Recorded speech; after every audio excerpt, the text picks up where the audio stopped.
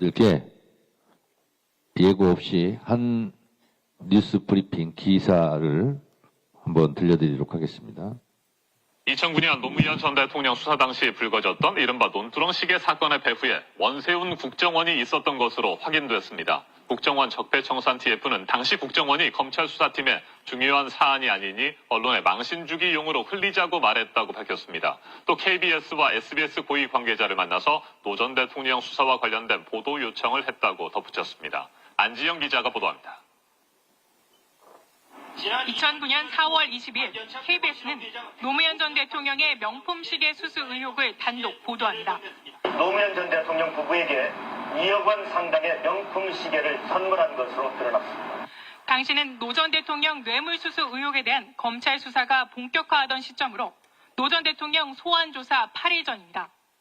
그런데 국정원이 KBS 보도가 나가기 하루 전 노 전 대통령 수사팀장인 이인규 당시 대검 중수부장을 만난 사실이 국정원 적폐청사 TF 조사 결과 드러났습니다. 당시 국정원 측은 고가 시계 수수권은 중요한 사안이 아니므로 언론에 흘려서 적당히 망신 주는 선에서 활용하라고 말했습니다.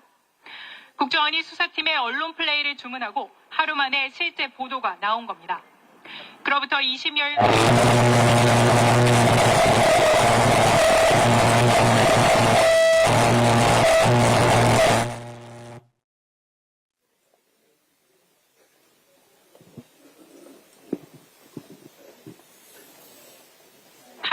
실제 보도가 나온 겁니다.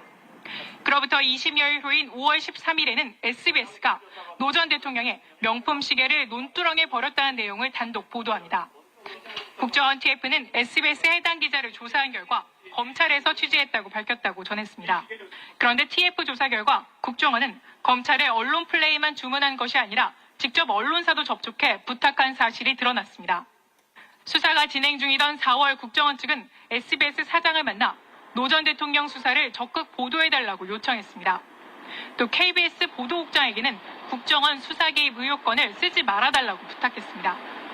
TF 조사 결과 국정원 직원은 이 과정에서 KBS 보도국장에게 협조 명목으로 현금 200만 원을 집행했다고 진술했습니다. JTBC 보도 내용입니다. 노무현 대통령을 죽음으로 내몬 것은 무도한 검찰만이 아닙니다. 모렴치하고 사악한 언론도 노무현 대통령을 죽음으로 내몬 흉기 같은 보도를 많이 했습니다. 그 대표적인 것이 SBS 논두렁 시계 버렸다는 보도입니다. SBS 그 이후 논두렁 시계 보도에 대해서 사과한 적 있습니까? 여기 SBS 혹시 와 계십니까? 대답 좀 해보세요. 이재명 대통령에 대한 그것이 알고 싶다 조폭 연루설 사실이 아닌 것으로 밝혀졌죠. 당연히 사과해야 되는 거 아닙니까? SBS에게 한마디 합니다. SBS, 당신들도 언론입니까? SBS, 당신들의 모렴치, 그것이 알고 싶다.